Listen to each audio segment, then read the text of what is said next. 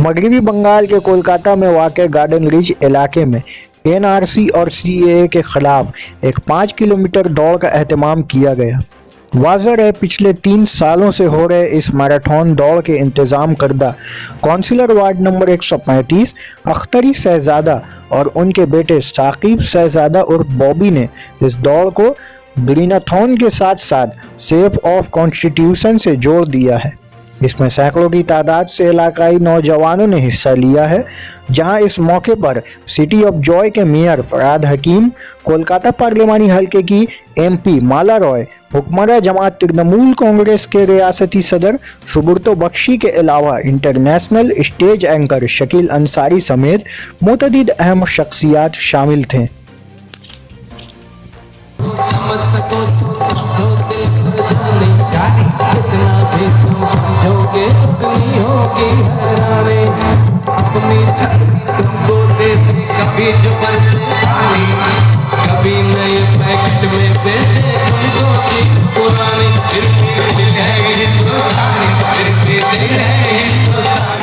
आज एक बेहतरीन रन हमारे गार्डन रिच के नौजवान दौड़ेंगे। क्या चीज के लिए दौड़ते हैं? Run for unity, run for communal harmony. हम यूनिटी के लिए क्यों दौड़ते हैं? हम तो यूनाइटेड हैं, हमारे हिंदुस्तान तो यूनाइटेड है और हम तो एक साथ मिलके फख्र के साथ कहते हैं सारे जहां से अच्छा ये हिंदुस्तान हमारा।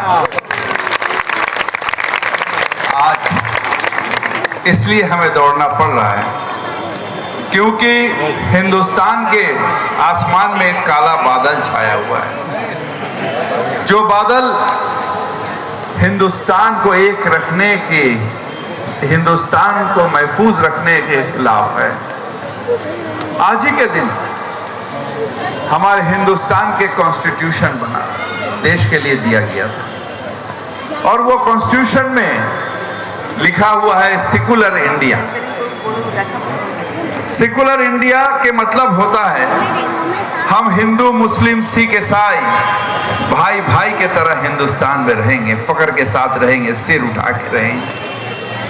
मगर मौजूदा सरकार ने यहाँ पर हमारे भाईचारा के ऊपर एक रत लगा दिया, एक कानून बनाया, जो कानून में सबको ले लिया जाएगा, मुसलमान को छोड़ के। ये कानून नहीं हो सकता है क्योंकि हर कानून बनता है कॉन्स्टिट्यूशन से, जो कॉन्स्टिट्यूशन बाबा भीमराव साहब अम्बेडकर के नेतृत्व में उनके इसमें हमारे यहाँ पर दिया था।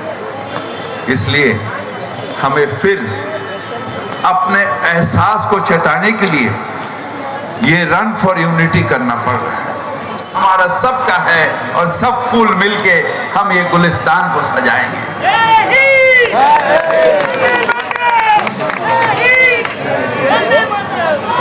क्योंकि सब आज दिल से मानते हैं, पूरे हिंदुस्तान दिल से मानता है। आज जो लड़ाई है ये कोई कौम की लड़ाई नहीं है, ये लड़ाई सारे हिंदुस्तान के अवाम की लड़ाई है। क्योंकि हिंदुस्तान के अवाम के सामने हमारे जो कॉन्स्टिट्यूशन है, बहुत सारे आदमी है जो सोचते हैं कॉन्स्टिट्यूशन क्या है भाई, ये क्या चीज है, जिसे बार बार कहा जाता है 26 जनवरी कॉन्स्टिट्यूशन। तो सीधा अगर बोले, हम लोग ये मोबाइल यूज करते हैं, मगर जब ये मोबाइल यूज करते हैं, कैसे ये मोबाइल को यूज करा जाएगा, नया मोबाइल जब आता है हमें मालूम नहीं पड़ता है। हमें आईफोन दिया गया, हमें मालूम नहीं पड़ा भाई कैसे करें, कौन बटन दबाएं, क्या कैसे होगा। तो उसके अंदर में एक मैनुअल निकला, जो पढ़ के हमें मालूम पड़ा जो ये ऐसे चलाया जाता है। वैसे हिंदुस्तान के मैनुअल जो है, हिंदुस्तान कैसे चलेगा, उसके इंसान के कामकाज क्या होगा, वो इंसान के हक में क्या है, उसका ड्यूटी क्या है, उसका फर्ज क्या है, सब जो है हिंदुस्तान के मैनुअल के नाम है हमारे कॉन्स्टिट्यूशन, हमारे संविधान। ৭১তম প্রজাতন্ত্র দিবস পালিত হচ্ছে সারা ভারতবর্ষে সমস্ত জায়গায়। সংবিধান তৈরি হয়েছিল এই দিনে, আপনারা জানেন 1947-এর 15ই আগস্ট দেশ স্বাধীন হলো, তারপরে ডক্টর আম্বেদকর তার নেতৃত্বে প্রায় বছর 3 ধরে তারপরে সংবিধানের রচনা শুরু হলো, যে সংবিধান মেনে আমাদের ভারতবর্ষের শাসন ক্ষমতা চলবে। শেষ পর্যন্ত 1950 সালে 26শে জানুয়ারি সংবিধান রচনা হলো এবং সেই সংবিধান মেনে ভারতবর্ষের গণতন্ত্র পরিচালিত হয়। আজকে এই দিনে এই ওয়ার্ডে এই রান ফর ইউনিটি উপলক্ষে আমাদের এখানে উপস্থিত মহানাগরিক, আপনাদের প্রিয় বিধায়ক, পশ্চিমবঙ্গের গুরুত্বপূর্ণ মন্ত্রী এবং কলকাতার মহানাগরিক শ্রী ফিরহাদ হাকিম উপস্থিত আছেন এখানে এই অঞ্চলের কাউন্সিলর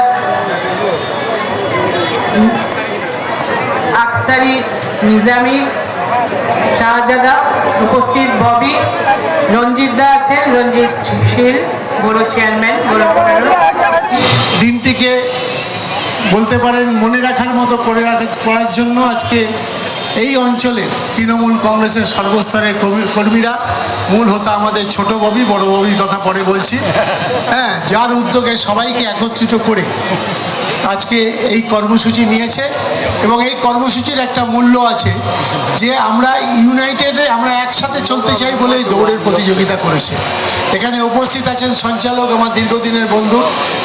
আচ্ছা, এখানে আছেন ফিরহাদ হাকিম, আপনাদের এলাকার আশীর্বাদপুষ্ট এলাকার বিধায়ক, কলকাতা পৌরসভার মহানাগরিক, সর্বোপরি আমার দীর্ঘদিন রাজনৈতিক সঙ্গী, আমার একসাথে চলার পর ভাতৃপ্রতিম ফিরহাদ হাকিম।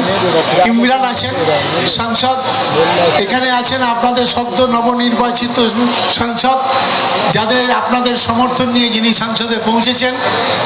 আর উপস্থিত আছেন আমাদের রঞ্জিত শীল, তিনি হচ্ছেন চেয়ারম্যান বড় কমিটি 15। সাথে আছে আমাদের ওইদুল হক, আমাদের সংগঠনের সদস্য এবং जाहिर किया जाएगा। आप सबको मुबारकबाद देते हुए कहूंगा, मुबारक हो आज की ये खुशियां सारी, ये खुशियां रहे सदा यूं ही जारी। इन्हीं तमन्नाओं आशाओं के साथ आप सबों को सलाम, आदाब और नमस्कार करता है शकील अंसारी। अब हो जाए तालियां प्यारी। सी और ये वो लेकर के सब झमेले में पड़े हुए हैं, लेकिन जब यहाँ से कोई भारतवासी बाहर जाता है तो उससे जब पूछा जाता है कि तुम कहाँ से आए हो, तुम कहाँ से आए हो, तो वो शख्स क्या कहता है जानते हैं? क्योंकि संगीत की महफिल है तो मैं संगीत में आपको बता रहा हूँ वो क्या कहता है। वो कहता है हम कहाँ से आए हैं, सुनो। होठों पे सच्चाई रहती है, जहाँ दिल में सफाई रहती है, हम उस देश के वासी हैं, हम उस देश के वासी हैं, जिस देश में गंगा बहती है, जिस देश में गंगा बहती है, जिस देश में गंगा बहती है। Went to save the constitution। ठीक है, इस नाम से मैराथन हो रहा है। इसको करवाने का मकसद क्या है? आज हमारे जो संविधान है, हमारे कॉन्स्टिट्यूशन, अहमियत है जो कॉन्स्टिट्यूशन के जो बेसिक प्रिंसिपल है, हमारे जो प्रियम्बलम है, उसमें सेकुलरिज्म एक अहम बात है। और आज जो सीए का बिल आया है वो सेकुलरिज्म के खिलाफ है, क्योंकि एक कोई मजहब की उस बिल में बात कर रही है, हमारे कॉन्स्टिट्यूशन अलाउ नहीं करता है। तो आज हमें कॉन्स्टिट्यूशन को बचाना है, कोई मजहब की बात नहीं है, कोई धर्म की बात नहीं है। हमें अगर कॉन्स्टिट्यूशन बचाना है, कॉन्स्टिट्यूशन अगर नहीं बचेगा तो हिंदुस्तान नहीं बचेगा, हमारे ये मुल्क नहीं बचेगा। इसलिए मुल्क सबसे आगे मुल्क है, उसके आगे कुछ भी नहीं, खुद भी नहीं। इसलिए हमें इसके खिलाफ लड़ना है। सेंट्रल गवर्नमेंट की वो तो आया है ये कॉन्स्टिट्यूशन को लेके, ये संविधान को लेके, मगर अपनी तरह से ये संविधान को बनाना चाहता है। इसे इसका जो बेसिक प्रिंसिपल है उसे ख़त्म करना चाहता है। इसके खिलाफ हमारा जो लड़ाई है उसमें हमारे जो यूथ है वो आज लड़ रहे हैं, दौड़ रहे हैं। यूथ फॉर यूनिटी, ये के हमको हिंदुस्तान को एक रखना है, यूनाइटेड रखना है, कम्युनल हार्मनी इसे हमें हिंदुस्तान में रखना है, इसलिए हम दौड़ रहे हैं। सर हमारा एक और क्वेश्चन है, सुप्रीम कोर्ट ने 4 हफ्ते का वक्त बढ़ा दिया है, आपको क्या लगता है कि वो इसके हक में फैसला करती है? देखिए, कोर्ट क्या फैसला करेगा ये तो हमारे हाथ में नहीं है, आपके हाथ में नहीं है, कुछ के हाथ में नहीं है। मगर हम उम्मीद करते हैं जो सुप्रीम कोर्ट हमारे कॉन्स्टिट्यूशन से ही सुप्रीम कोर्ट बनता है, उसका चीफ जस्टिस बनता है, उसके अहमियत को समझेंगे और हमें इंसाफ देंगे। हम हिंदुस्तान के इंसान को इंसाफ देंगे। जब सरकार इंसाफ नहीं देता है तो आदमी के पास और कोई चारा नहीं रहता, वो कोर्ट में जाते हैं। अगर कोर्ट से भी इंसाफ नहीं मिला तब हमारे हिंदुस्तान जो है छितर बितर हो जाएगा। इसे बचाने के लिए हम ये उम्मीद करते हैं जो हमें इंसाफ कोर्ट से मिलेगा। अगर सुप्रीम कोर्ट इस कानून के हक में फैसला देती है तो आगे की सूरत क्या होगी? अगर सुप्रीम कोर्ट ये कानून के फैसला हफ़ा दे तो हम इसे समझेंगे जो हमें इंसाफ नहीं मिला, और अगर सरकार कोर्ट इंसाफ नहीं देता है तो एक अंधेरा दिन हिंदुस्तान के लिए आएगा, वो ख़राब है हिंदुस्तान के लिए। क्योंकि हिंदुस्तान को एक रखने के लिए सुप्रीम कोर्ट को कॉन्स्टिट्यूशन बचाना ही है, और कॉन्स्टिट्यूशन बचाना ही आज सुप्रीम कोर्ट का अहम जो है जिम्मेदारी जो है वो बन गई है। Thank you.